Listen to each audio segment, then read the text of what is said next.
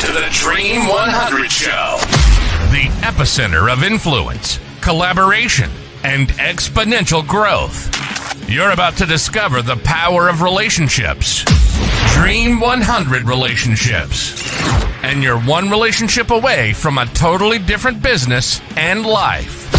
This is your host, Michael Tasner.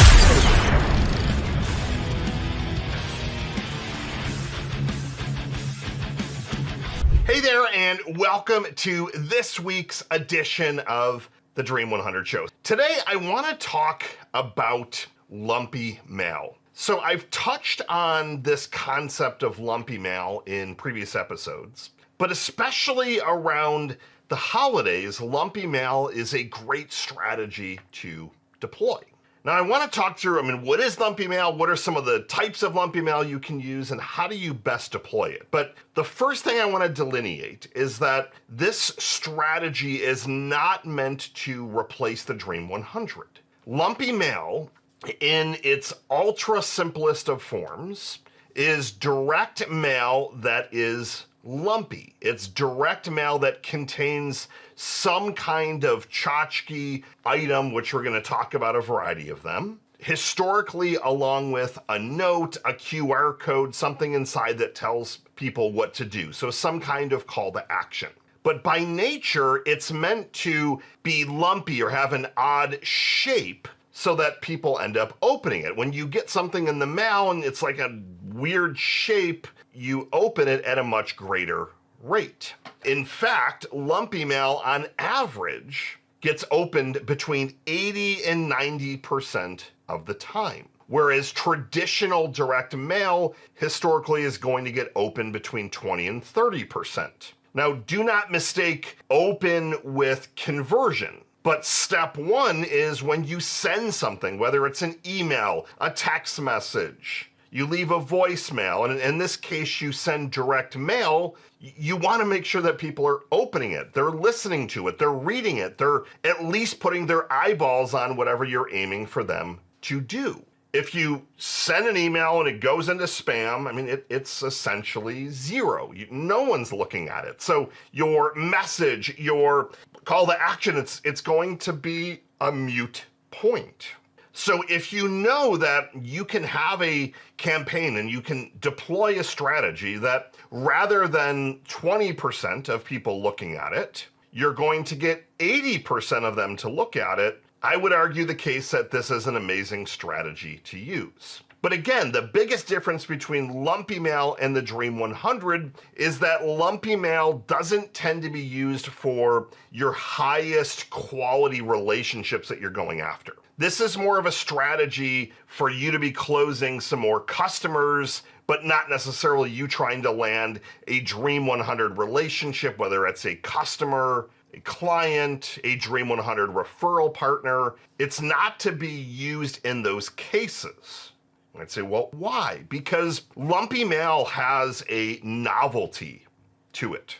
It's kind of got a little bit of a, dare I say, corny sense of marketing, where when we talk through some of the messages and some of the things you can use, it's not going to come off as like high end and you're not exuding confidence. It's really meant to make people smile a little bit, spark some curiosity. But the curiosity starts when they get the package. So if you have two different packages on your desk, let's say they're both in a manila envelope. One of them is completely flat. The other one is flat, but at the end of it, there's like this big ball, and you're like, what in the world is in there? With all things created equal, package A is going to get open between 20 and 30% of the time. Package B with the Lumpy Mail is going to get open between 80 and 90%. So that's the first thing to keep in mind is if you have and you want more eyeballs, Lumpy Mail is the way to go.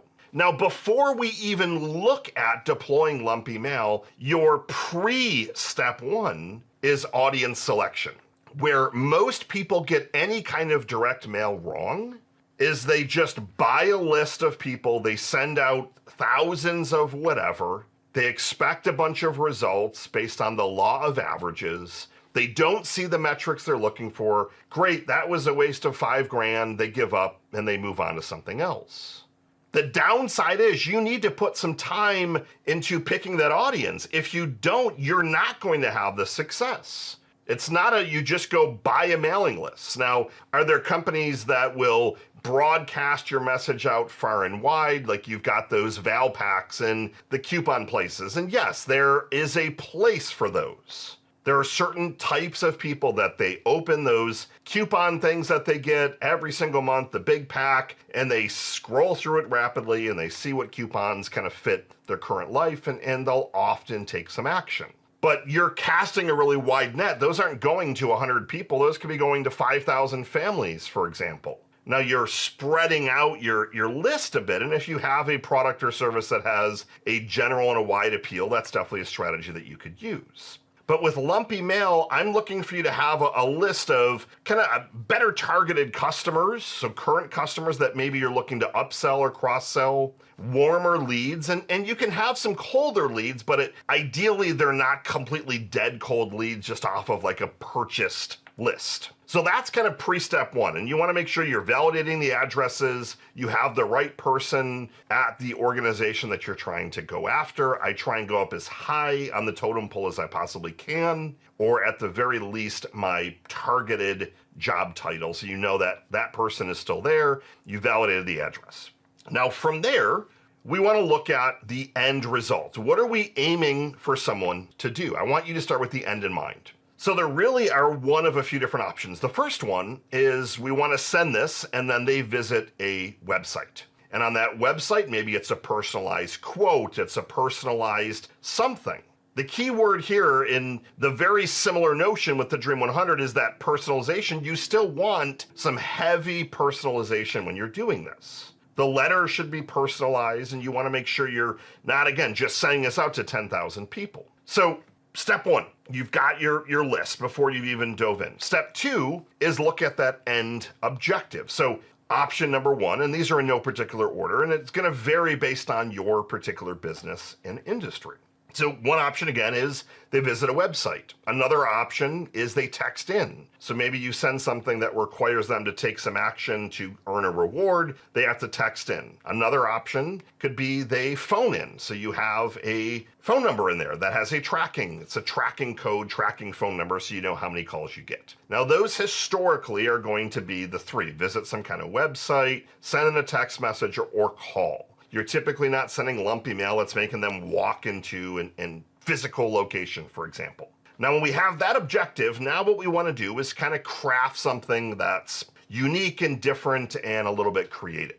So let's say that I own a CPA firm and I'm targeting entrepreneurs and business owners. I might buy little mini trash cans, and maybe I also buy some money from the US Mint that's shredded. And the letter says, stop throwing your money in the trash. We can save you 50% off your taxes in the next 12 months. Visit this particular website for a customized tax plan. So in there, you're going to have the letter. It doesn't have to be a long, well-crafted, like 10-page letter. We typically see better results with shorter letters, like a postcard that's in there, QR code as well, for example, if you want them to scan it. And a message that ties in with something unique that you're offering. I'm a big fan of the trash can. I'm a big fan of including a lot of shredded money. So as a marketing agency, we've said, stop wasting money with other marketing agencies who don't get you the results you deserve. Call this number. We'll give you a complimentary strategy session worth $450, for example. You can send stress balls. You can send coffee mugs with a couple of K-cups. And that one I like, but it's getting to be more and more overdone. It's like that whole have a cup of coffee on me. It's fine, but I'm looking for you to kind of push the envelope a little bit. You could send some seeds with some gardening gloves and talk about how you want to plant an initial strategy together and see it bloom. You could send something that's specific to your particular industry. Like it doesn't necessarily have to be something that's generic. It can be something that's really unique and kind of outside the box. And then that letter that accompanies it should have your specific call to action, taking them down the pipeline for what you're looking for them to do. Now, after you have crafted that, You typically are putting it in some kind of envelope. If you really want to go above and beyond, the envelope is typically a non-manila colored envelope. It's usually something different, so the envelope in itself stands out.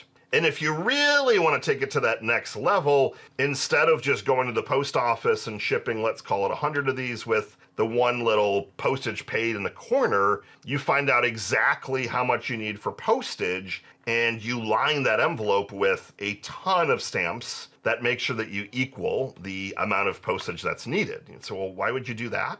When was the last time that you ignored a letter, an envelope, a package, that had 5, 10, 15 different stamps on it? You don't ignore those kinds of things. And again, 80 to 90% of your people you're trying to target are going to end up looking at this at some point. So you want to get to that 90% or higher, Lumpy Mail, uniquely colored envelope, and taking the postage to another level by having lots and lots of unique stamps. That's going to essentially ensure that you're getting extremely high open rates. Now, the next step is you want to do a test. I like to test with roughly 100 people. Now, the math can change widely, so hang with me. But what I want to do to kind of bring this strategy home to you is to talk through the marketing math behind it. At the Dream 100, we use math. We know that everything when it comes to marketing is a math equation. So when we look at this from a marketing math equation, if you look at traditional direct mail, and you send out 100 pieces of mail, on average, they're going to get seen by 20 to 30 people. And in totality, you're going to have between a 1% and 3% response rate, not conversion, but response rate. So that means for every 100 people that you send this to, between 1 and 3 people are going to take that next action, whether it's the QR code, filling out a form, calling you, taking some kind of action.